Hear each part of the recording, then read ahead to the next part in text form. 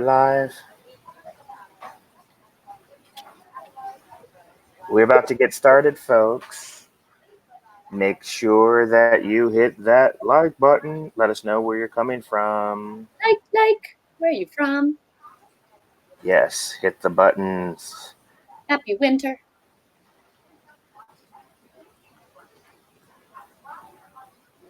We are about to get started. Let us know where you're coming from. All right. Are you from the east side or are you from the west side? Yes, or the east side. Cool. All right. 3, 2, 1. Here we are. Hi. Hi, everyone. Happy Thursday. It's time for a super quick quickie.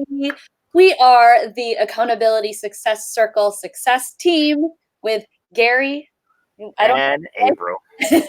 and we are running this awesome community of people who want to prioritize being focused or being productive, being focused, and being super playful. And so we'll talk more about that down the road. But this week we have a nice little quick tip about asking for help. Which is very challenging. Yes.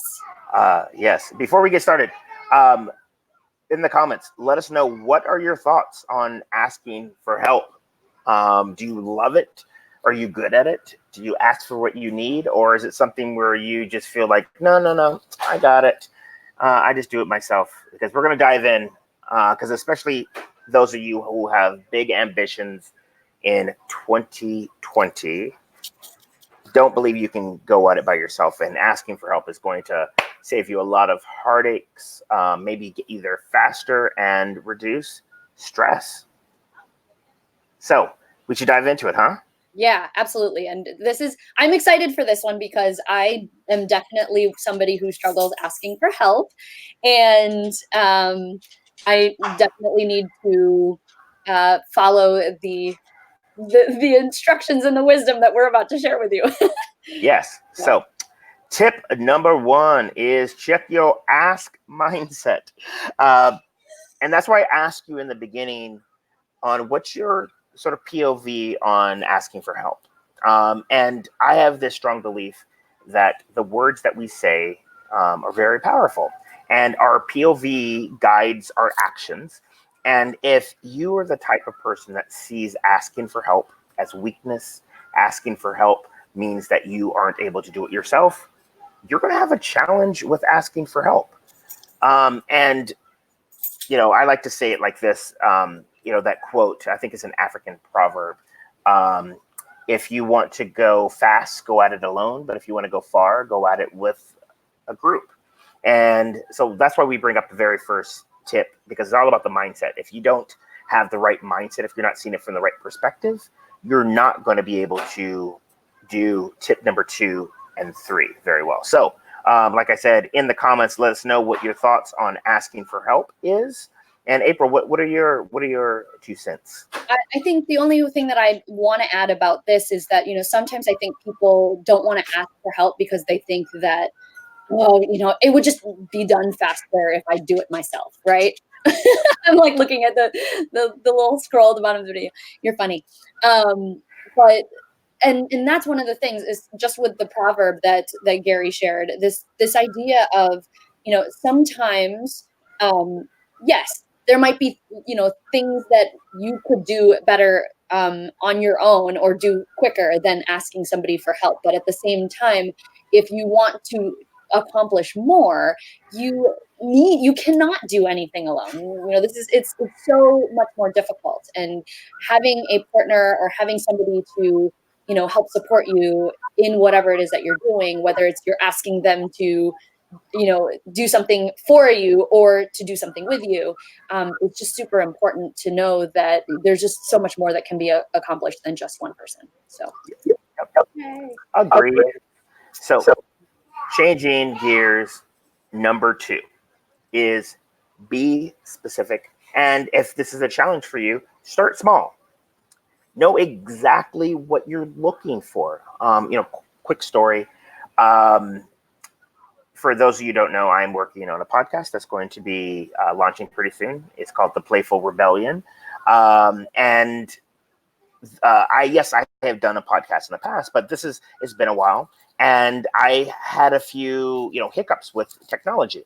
And I know I probably could have Googled it, but I was curious on how to do, some recording things on Zoom. And so I just asked a friend and another person who actually happens to be watching, my friend Janelle Lene. She actually asked for help recently, and I thought it was brilliant.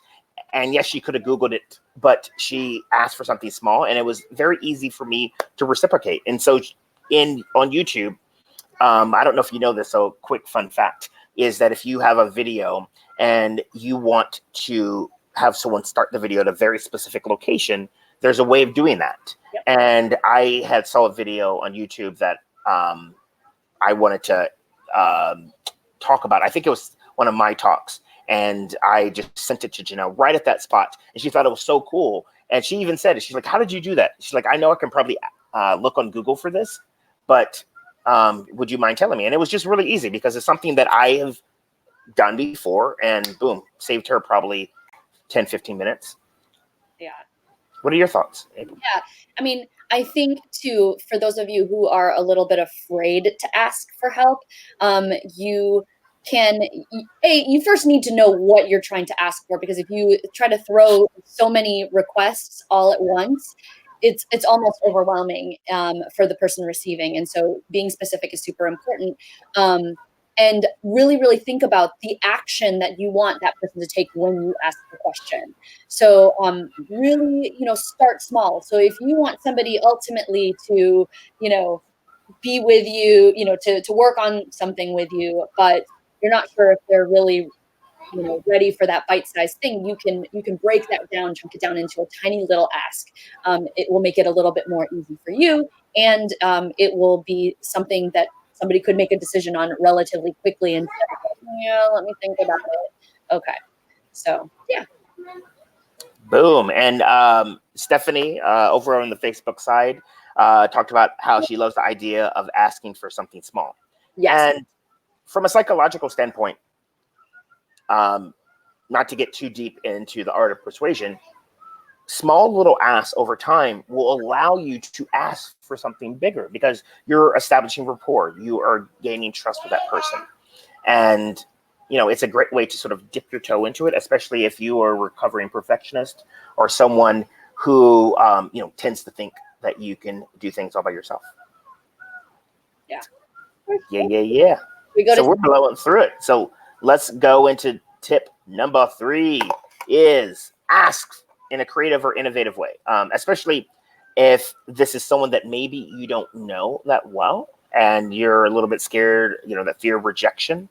And you might have some of that guilt of thinking like, oh, I'm sounding too pushy or too salesy.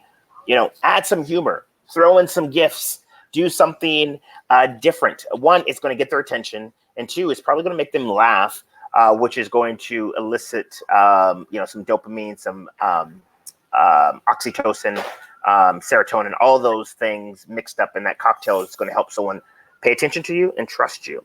And another quick story, when I did a virtual summit, I knew there were a number of people that I would love to have on the show that I knew, but I didn't know that well. And, didn't know if they would be, interested in coming on the show. And so what I did is I recorded a quick video on my phone.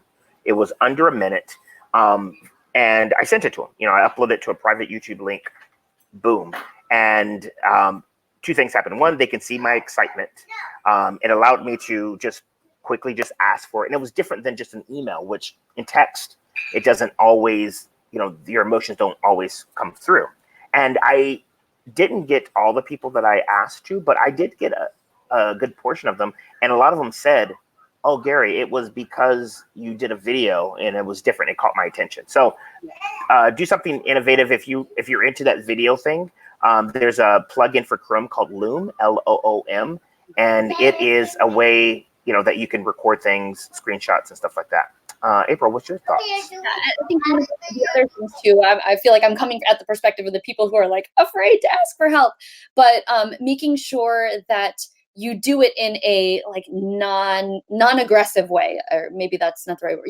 Be assertive but not aggressive, but also give people the opportunity to have an out if they want to elect not to help, because I think sometimes people get busy and you can ask and there might be, you might get rejected, and that's totally okay. We could talk about rejection on another quickie, but making it a low pressure ask is something that that can make it a little bit easier for those of you who are afraid to ask for help, or maybe scared to get a no.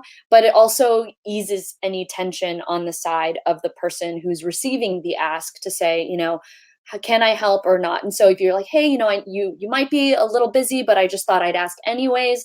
So it just releases the pressure just a little bit. So yay. Yay. And I love how, April, you mentioned like giving them that easy out, that way they don't feel pressured. They don't feel obligated.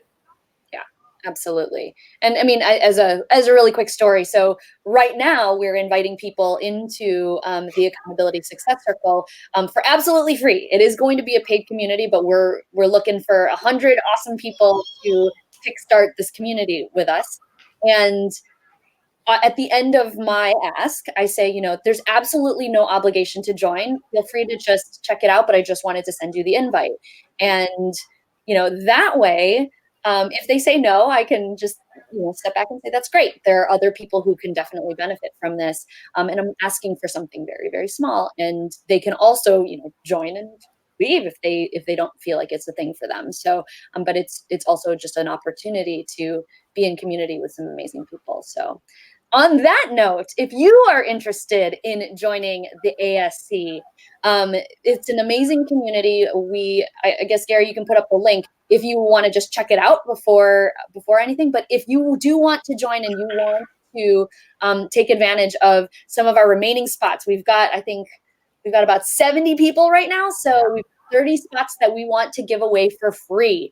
If you want one of those, feel free, put your name in the comments, or just say like, heck yeah, I'm in, or I'm interested in joining, and we will get to you and send you an invite through email so that you can check it out and be in community with us. So that's it. And then I guess we'll be back next week with another quickie. Quick. So thank you guys for listening. Yes. All right. Bye, everyone. That was fun. Fun quickie.